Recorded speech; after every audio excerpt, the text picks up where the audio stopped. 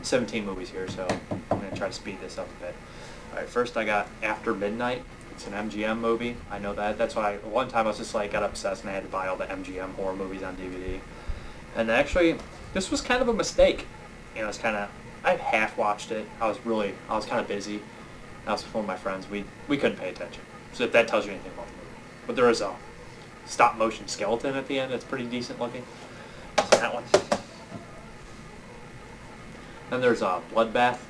Not actually watched this one either. I know it's Joel M. Reed. He did Blood-Sucking Freaks and some Nazi zombie movie that I have not seen either. I have Blood-Sucking Freaks. I haven't watched it. I need to actually check on his films. This one actually looks pretty decent. It looks nice little DVD company here.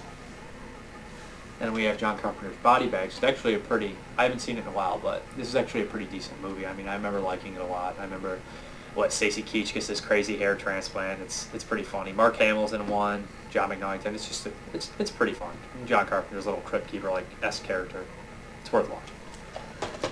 We got Campfire Stories. I bought this thinking it was Campfire Tales. Watched it for about 5 seconds.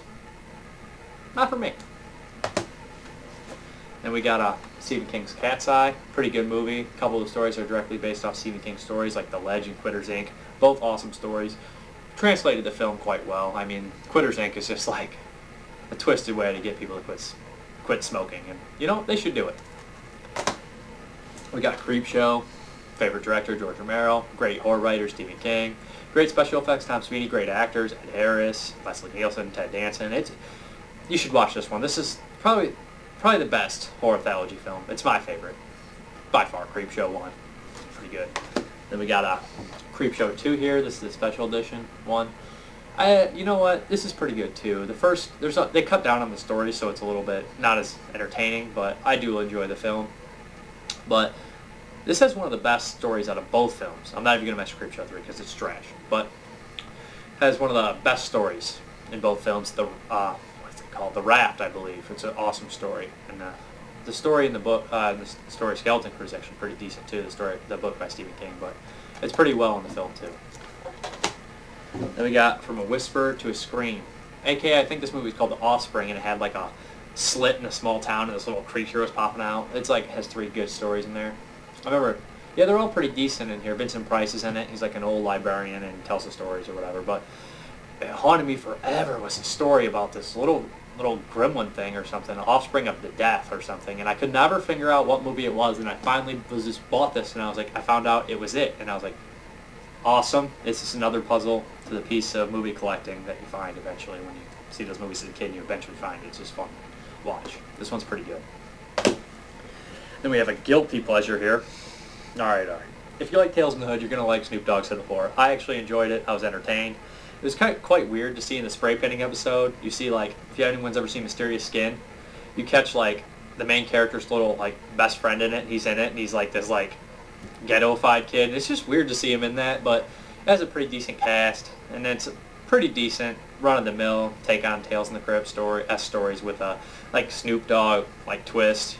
Sounds pretty cheap. It is, but it's fun. It's guilty pleasure. Then we have Quicksilver Highway. I remember staying up for this when it previewed on Fox, and I was like, yes, Clive Barker, Stephen King mix. You know, the chattery teeth. I remember even reading the short story by Stephen King, and it's cheesy. I didn't care for it that much. It's not the worst movie ever. It's worth a watch, but there. And we got a classic one here, Tales from the Darkside. Always liked this. This is a good movie. I liked it as a kid with the wraparound story. It was actually, I think this movie was originally supposed to be Creepshow 3, but it didn't go through as it. It has a lot of good stories in it. Buscemi's in one, and about a mummy, I think. And there's the Gargoyle story in there with James Remar. This one's worth. This is also a very good horror anthology film. Then you can't help but Tales from the Crypt Keeper. God knows why I bought this, because I love Tales from the Crypt series and the movies, except Bordello of Blood's not too good, but I have all the seasons, and I just thought, I haven't watched this in a long time, I just thought I'd refresh my memory with it. Then we got another one, Guilty Pleasure, Tales in the Hood. Nice little urban take on the stories, a lot like Hood of Horrors, but before it. It's pretty good. The last story's a little trippy and weird stuff, and that's a little different. Got the Trilogy of Terror. It's a classic old one that used to, I think, play on TV a lot. They all star Karen Black, all 3 stories. You know, it's kind of like one of those films where you've seen, it's like during the time you know it was really good. The Tiki Man story is awesome though, but like knowing the time it was really good, but then when you like rewatch it now, like you've seen so many rip-offs of it that you know the twist ending sometimes. And this is what happens. It's a good movie. For the time it was good, but now it's kind of like it's all been done before. But it was done. This was one of the first, so you got to give it up for the classic Twilight Zone movie. This took forever to get on DVD. I don't know why, all these rights fight. There's tons of movies that need to be on DVD that aren't, and this is actually a pretty cool movie, actually. I always like this one. All the stories are in there, done by big directors and stuff. I believe the John Landis segment with the first story in with Bigot, who ends up going through Nazi hell and stuff. He's a racist pig, and he goes through all this crap. Lives through all the Jews' life, the black man's life, and the Viet Cong's life.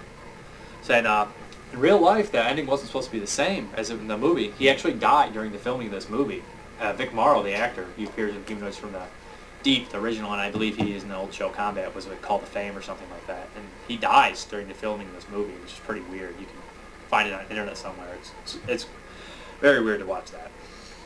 And then we got Two Evil Eyes here.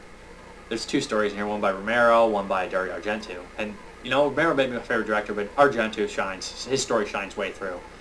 Romero's redeeming quality in his story is Tom Hankins, who I love. He plays a cocky-eyed cop like he always does, a cocky cop with his little like one-liners that are hilarious and everything. But Argento's story has Harvey Keitel in it. And he's like goes mad over this cat and stuff that his girlfriend has. It has a pretty good ending and stuff. And I love Harvey Keitel, so I love the story, and I just like the idea. It's a pretty good one. And then last, but definitely not least, maybe on quality-wise, I loved the movie as a kid, The Willies. It used to terrify me and my little cousin. Well, mostly him. I made him watch it. I liked this kind of stuff when I was a kid. But this is just like a classic kids movie that you just find on DVD, and you're just like, this is out on DVD? And you realize that your VHS is probably looking better than it. But it's an awesome little movie. It's like, if you like kids' anthology films, go ahead and check it out. That's about it. I just like check out my channel and stuff. I'll see you back. I'll have some more videos. Thank you.